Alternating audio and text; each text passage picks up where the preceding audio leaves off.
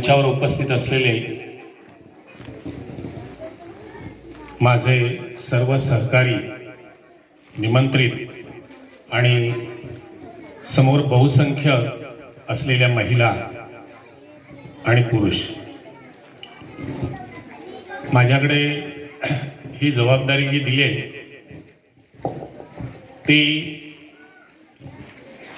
तसा मी वयाने ह्या सगळ्यांच्यात मोठा, एक प्रदीप मुंडे सोडले तर बाकीचे सगळेजण माझे विद्यार्थी आणि ही संस्था 1999 ला ज्यावेळेला स्थापन झाली त्यानंतर आजन्म या पतसंस्थेचं चेअरमन पद सन्माननीय श्रीकांत चांदोरकर यांच्याकडे असावं असं मनोगत मी त्यावेळेला व्यक्त केलेलं होतं. त्या आठवणी पुन्हा एकदा जागृत झाल्या. ही कृतज्ञता सोहळ्याची जी जबाबदारी माझ्याकडे दिली आहे, किंबहुना माझ्याबद्दल कृतज्ञता यांच्यापैकी कोणीतरी व्यक्त करायला पाहिजे होती, अशी ती वेळ. म्हणजे वयाने मी मोठा असल्यामुळे मी यातनं निवृत्त व्हायला हवं होतो, ते नेमकं उलट झालंय आणि हा क्षण माझ्या वाट्याला आला, त्याचा मला थोडासा खेद नक्की वाटतो.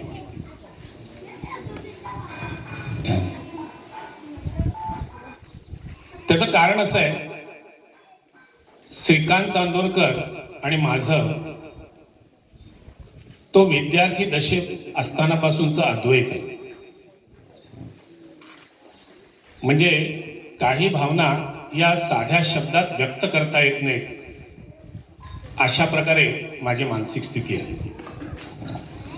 त्याचं कारण असं की तो वाणिज्य शाखेमध्ये त्यांनी जे शिक्षण घेतलं, म्हणजे इयत्ता 9वीत असतानापासूनचा हा माझा हुशार विद्यार्थी आणि आज तगायत किंबहुना खरवली विभाग शिक्षण प्रसारक मंडळाचं जॉईंट सेक्रेटरी पद मी 24 वर्ष खंबीरपणे जे सांभाळलं ना, आणि आर्थिक व्यवहार त्याचं ऑडिट वगैरे, त्याचं निम्म अधिक श्रेय श्रीकांत चांदोरकरला जातं.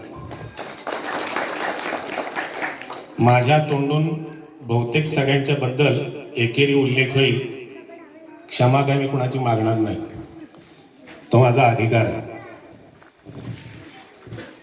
पण हे मी का सांगतो, चार्टर्ड अकाउंटंट महाडचे कांतीबाई गुजर, आता ते हयात नाहीये, कोरोनामध्ये गेले. 40 वर्ष त्यांच्याकडून आम्ही ऑडिट करून आणायचो, पण त्यांनी मांडलेलं बॅलन्स शीट जे आहे, इन्कम एक्सपेंडिचर अकाउंट, मी विज्ञान शाखेचा पदवीधर सायन्सचा, त्यामुळे मला यातलं फारसं काही कळायचं नाही. सुरुवातीला 96च्या काळात ते ट्रान्सलेट कसं करायचं आणि जनरल सभेचं निमंत्रण देताना ते जनरल सभेच्या निमंत्रणामध्ये कसं छापायचं, अत्यंत नमुनेदार उदाहरण श्रीकांत चांदोरकरनी घालून दिले. आणि वैशिष्ट्य असं, आज संस्था चालक सगळे बदललेले जरी असले तरी तोच नमुना अजून आम्ही जनरल सभेसाठी श्रीकांतनी दिलेला वापरतोय आणि त्याला अजूनपर्यंत कोणत्याही तज्ञांनी चॅलेंज केलेला नाही. असं अद्वितीय काम आणि सहकार्य श्रीकांतकडून माझ्यामध्ये लाभलंय. काही वेळेला काही गोष्टी अशा असतात की गुरुला देखील विद्यार्थी काहीतरी देतो, त्याचं हे उत्तम उदाहरण. दुसरं सगळ्यात महत्वाचं, 1999 ला स्थापन झाल्यानंतर या पतसंस्थेला अनेक दोलनं आली.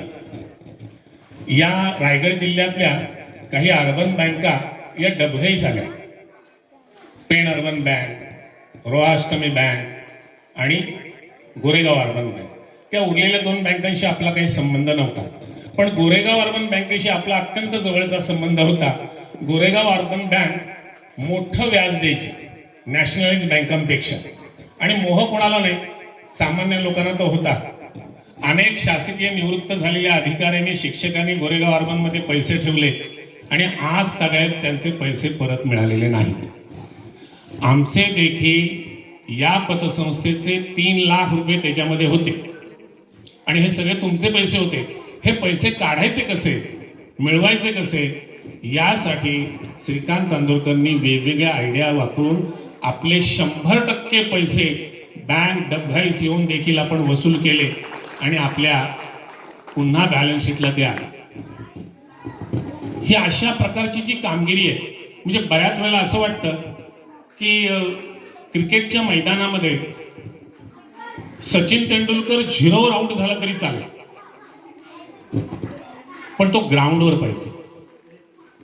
माझ्या बोलण्याचा मला वाटतं आपल्याला अर्थ कळत असेल.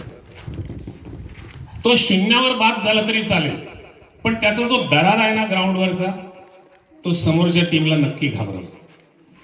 आणि म्हणून माझी मनोमन इच्छा होती की आजन्म हे चेअरमन पद श्रीकांत चांदोरकरांनी भूषवावं. परंतु काही त्यांच्या कॉलेजमधली जबाबदारी त्यांच्याकडे वाढलेली आहे आणि नोकरीनिमित्ताने कुटुंब देखील नवी मुंबईमध्ये आहे. या सगळ्या धावपळीमध्ये एक मुलगी पुण्यामध्ये आहे. आता देखील ते पुण्यातनंच आले, एका मुलीची परीक्षा आहे म्हणून.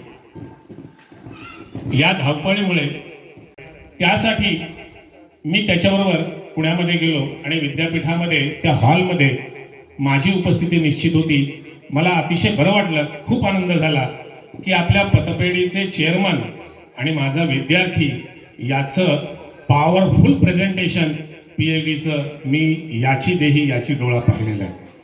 आणि म्हणून अनेक अशा गोष्टी आहेत की यांनी याचा सत्कार देखील स्वीकारला नाही. त्याची 1-2 उदाहरणं सांगतो. माणगाव तालुक्यात सेटनेट परीक्षा जी आहे, बऱ्याच वेळेला काय होतं, या व्यवसाय आणि शैक्षणिक मार्गदर्शनातल्या सगळ्या गोष्टी काही आपल्याला माहिती नसतात, पण ती परीक्षा देखील ते उत्तीर्ण झालेले आहेत. आणि त्या निमित्ताने मी नूतन माध्यमिक विद्यालयामध्ये त्यांना निमंत्रण दिलं होतं, परंतु परीक्षेमध्ये उत्तीर्ण मी झालोय म्हणून माझा तुम्ही सत्कार करू नये अशा प्रकारची भावना त्यांनी व्यक्त केली. असं उत्तुंग व्यक्तिमत्व. आणि मी माझं भाग्य समजतो की हा विद्यार्थी माध्यमिक शाळेपर्यंत असताना काय नाही होत, त्याच्या जडणघडणीमध्ये माझा थोडासा कुठेतरी खारीचा वाटा आहे, याचा मला निश्चित आनंद वाटतो. या पतसंस्थेमधली अत्यंत जी काही दोलनं होती, मगाशी अर्बन बँकेचं सांगितलं, ही वास्तू उभी करताना देखील खूप अडचणी आल्या. किंबहुना मला जास्त टार्गेट करण्यात आलं. आणि ही गोष्ट मी आयुष्यात कधी विसरू शकणार नाही की त्यावेळेला देखील श्रीकांत चांदोरकर चेअरमन म्हणून आणि माझा विद्यार्थी म्हणून माझ्या पाठीमागे ठामपणे खंबीर उभा राहिला. तो क्षण आजही मला आठवतोय की ग्रामपंचायतीची जी ग्रामसभा होती, त्या सभेला श्रीकांत चांदोर एकमेव उपस्थित होते आणि जो काही विरोध होता तो विरोध आम्ही मोडीत काढला आणि सनदशीर मार्गाने ही वास्तू आज या ठिकाणी उभी आहे. आणि म्हणून आगामी काळात देखील वारंवार या गोष्टीची सर्व संचालक मंडळाला उणीव भासेल. अगदी अकाउंटिंग मध्ये एक्सपर्ट असलेलं हे व्यक्तिमत्व आहे आणि त्या व्यक्तिमत्वाबद्दल आज कृतज्ञता म्हणून आपण सगळ्यांनी व्यक्त करायची आहे. आपण या धावपळीमुळे थोडासा त्यांच्या तब्येतीवर देखील परिणाम झालेला आहे. मला वाटतं आपण सर्वांनी ही कृतज्ञता व्यक्त करताना जेव्हा कृतज्ञता व्यक्त करू आणि त्यांचा कृतज्ञतेपूर्वी सन्मान करू, त्यावेळेला माझ्याकडून सगळ्यांना विनंती आहे की आपण सगळ्यांनी 1 मिनिट उभं राहू. मी संयोजकांना विनंती करतो की कृतज्ञता व्यक्त करण्यासाठी या ठिकाणी उपस्थित असलेले आमचे ज्येष्ठ शिवरामबुवा यांना विनंती करतो, आपल्या शुभहस्ते या पतसंस्थेच्या वतीने आणि ज्येष्ठ श्री अण्णा अधिकारी या दोघांनीही त्यांचा सन्मान करावा. संस्था संचालक ठेवीदार आमच्या किशोर काकांच्या स्मृतींना वंदन करून आज गेली 25 वर्षाचं संगम परिवाराचं हा जो काही प्रवास आहे त्याचा सोहळा आपण सर्वांच्या उपस्थितीत इथे संपन्न करतोय आणि त्यासाठी व्यासपीठावर उपस्थित सन्माननीय माझे आदरणीय शिक्षक गुळवणी सर, चेअरमन विद्यानंद अधिकारी अण्णा, तसेच ज्येष्ठ गावातील सर्व ज्येष्ठ श्रेष्ठ मंडळी, या संस्थेवर भरभरून प्रेम करणारे आपण सर्व सदस्य, ठेवीदार, हितचिंतक आणि पेनगावातील ग्रामस्थ आणि आज या कार्यक्रमासाठी आवर्जून माझ्यासोबत उपस्थित असलेले माझे सहकारी प्राध्यापक डॉक्टर विभूते सर, आपणा सर्वांचं मनपूर्वक या कार्यक्रमामध्ये मी स्वागत करतो माझ्या वतीने. कार्यक्रमाचं थोडंसं भारावलेलं रूप पाहून मला थोडंसं वाईट वाटलं. तसं काही नाही आहे की माझे काही पर्सनल कॉलेजमधली असणारी जी काही व्यस्त जीवनशैली आहे. आणि एक महत्त्वाचं सांगायचं झालं तर ह्या मातीचं असं एक गुण आहे की ह्या मातीमध्ये जन्माला आलेली कुठलीही व्यक्ती ही जगाच्या पाठीवर कुठे जरी गेली तरी ते प्रत्येक क्षेत्रामध्ये झोकून काम करण्याची त्यांच्यामध्ये ताकद असते. आणि त्यानुसारच मी ज्या ज्या क्षेत्रामध्ये काम करत आहे त्या माझ्या क्षेत्रातील असणारी माझी जबाबदारी जी आहे ते मी 100% पूर्ण करण्याचा प्रामाणिक प्रयत्न करतो. माझ्यासोबत आलेले माझे सहकारी आहेत ते सुद्धा तुम्हाला या संदर्भात सांगतील की अनेक प्रकारच्या महत्त्वाच्या जबाबदाऱ्या, अनेक आघाडीवर आम्हाला एकत्र काम करावं लागतं. आणि असं करत असताना या सहकारामध्ये गेली अनेक वर्ष काम करत असताना जी काही सहकाराची नाडी जी आहे ती मी अगदी जवळून पाहिलेली आहे, ओळखलेली आहे की सोबत आपले सदस्य असतातच, हितचिंतक असतातच, आपली जी काही बॉडी आहे किंवा जे व्यवस्थापकीय मंडळ आहे त्या मंडळाचा आपल्यावर असणारा विश्वास आणि ही आर्थिक संस्था चालवत असताना येणारे अनेक प्रसंग ते ताकदीने आपल्याला त्याला सामोरं जावं लागतं. वेळच्या वेळी त्याचे डिसिजन्स घेणं महत्त्वाचं असतं. आणि हे करत असताना एकमेकांमध्ये असणारा तुमची विश्वासार्हता ही अत्यंत महत्त्वाची आहे. गेली 25 वर्ष ह्या परिसरामध्ये विकासाची नाडी संगमच्या माध्यमातून आम्ही पुढे घेऊन नेत आलो. सरांनी त्यांच्या भाषणामध्ये बऱ्याच गोष्टींचा उल्लेख केला की आमची जडणघडणच अशी झाली की समाजासाठी काहीतरी आपल्याला करायला पाहिजे. मग समाजामध्ये आपण कशासाठी उपयोगी पडू शकेल, आपल्या ज्ञानाचा आपल्या या समाजाला उपयोग करून देण्याच्या दृष्टिकोनातून काय करता येईल. आणि म्हणून सरांनी जो मुद्दा उपस्थित केला होता सांस्कृतिक क्रीडा मंडळाचा वगैरे, तर त्या मंडळाची आम्ही थोडीशी बाजू अशी केली की आपल्याला संगमच्या माध्यमातून पण हा प्रयत्न करता येईल. आणि त्यानुसार आम्ही गेली 25 वर्ष हे कार्य अविरतपणे पार पाडित आहोत. ते केवळ आपल्या सर्वांच्या विश्वासामुळे. तर हे काम करत असताना अनेक आम्हाला अडीअडचणी समोर आल्या, नाही असं नाही, पण त्या आम्ही खेळीमेळीच्या वातावरणामध्ये जे काही सहकारी आहे, ज्येष्ठ श्रेष्ठ मंडळी आहे, त्या लोकांना विश्वास दिला. आणि त्या विश्वासाच्या जोरावर आज जवळपास एक 5 करोडपर्यंत आपण या छोट्याशा ग्रामीण भागामध्ये ही आर्थिक संस्था कुठल्याही प्रकारचं कलंक न लावता इथपर्यंत घेऊन आलेलो आहोत. आणि ती अविरत अशीच चालू राहणार आहे.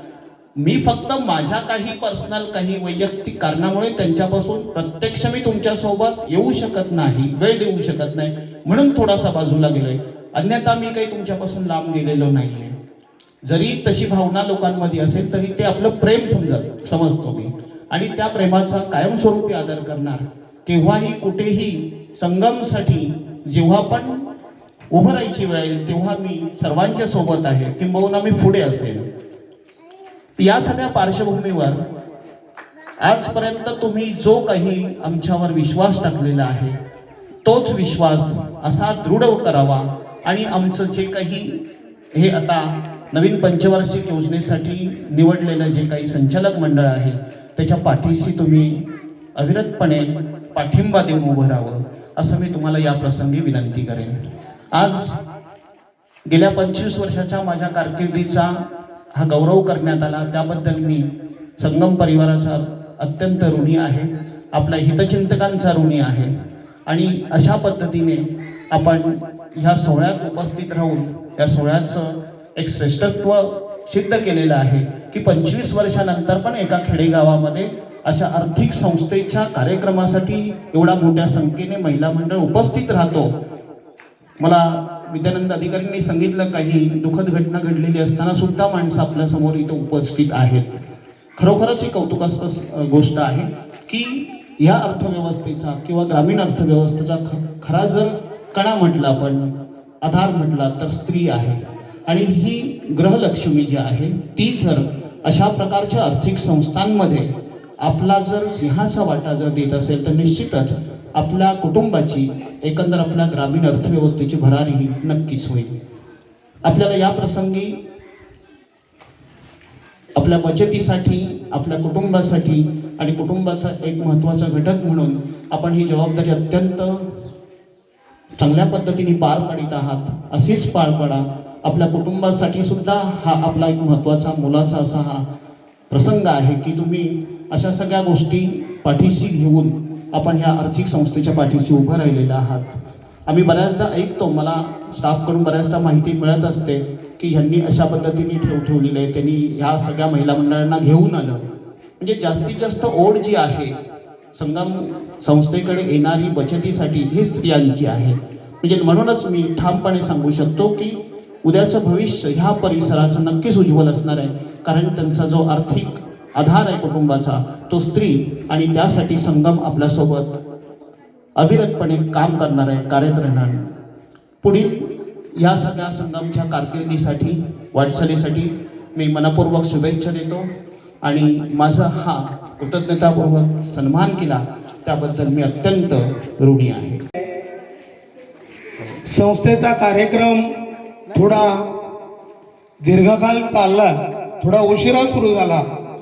प्रथम मी संस्थेचा अध्यक्ष या नात्याने दिलगिरी व्यक्त करतो आणि आपला जास्त वेळ न घेता केवळ 2च मिनिटांमध्ये एक औपचारिकता म्हणून अध्यक्षीय मनोगत आपल्या समोर सादर करणार आहे.